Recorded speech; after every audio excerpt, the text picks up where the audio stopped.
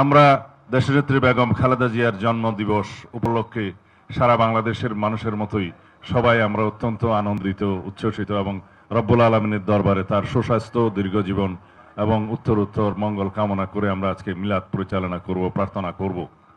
কিন্তু বাংলাদেশের সমসাময়িক রাজনীতির প্রেক্ষাপটে আমরা সমস্ত বিষয়ে দিক নির্দেশনা পাচ্ছি দেশনেত্রী বেগম খালেদা জিয়ার কাছ থেকে।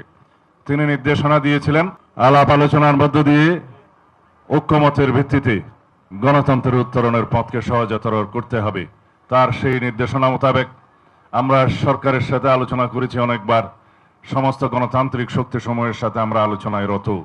আমরা জাতীয় ঐক্যমত প্রতিষ্ঠার মধ্য দিয়ে একটি সুষ্ঠু, সুন্দর, শান্তিপূর্ণ নির্বাচন অনুষ্ঠানের জন্য অপেক্ষমান। সারা জাতি অপেক্ষমান। আমরা সেই গণতন্ত্রের জন্য অপেক্ষমান যে গণতন্ত্রের জন্য আমাদের সন্তানরা শহীদ হয়েছেন, রক্ত দিয়েছেন, পঙ্গুত্ব বরণ করেছেন, অন্ধত্ব বরণ করেছেন। আমরা অবিরাম 16-17 বছরের গণতান্ত্রিক সংগ্রাম করেছি। সেই গণতন্ত্রের জন্য আমরা অপেক্ষমান।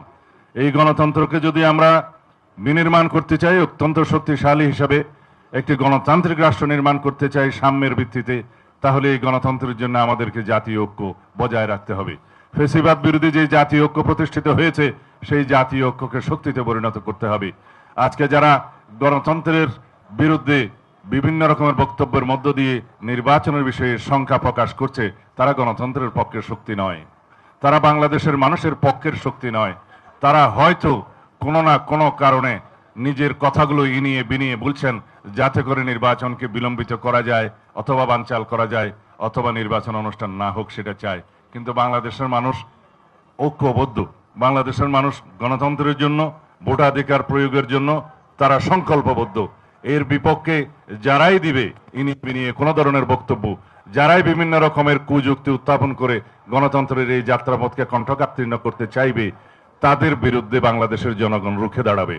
এবং আমরা বিশ্বাস করি, আশা করি বাংলাদেশের জনগণ ভবিষ্যতে গণতান্ত্রিক উত্তরণের পথে যে কোনো রকমের বাধাকে অতিক্রম করতে সংকল্পবদ্ধ।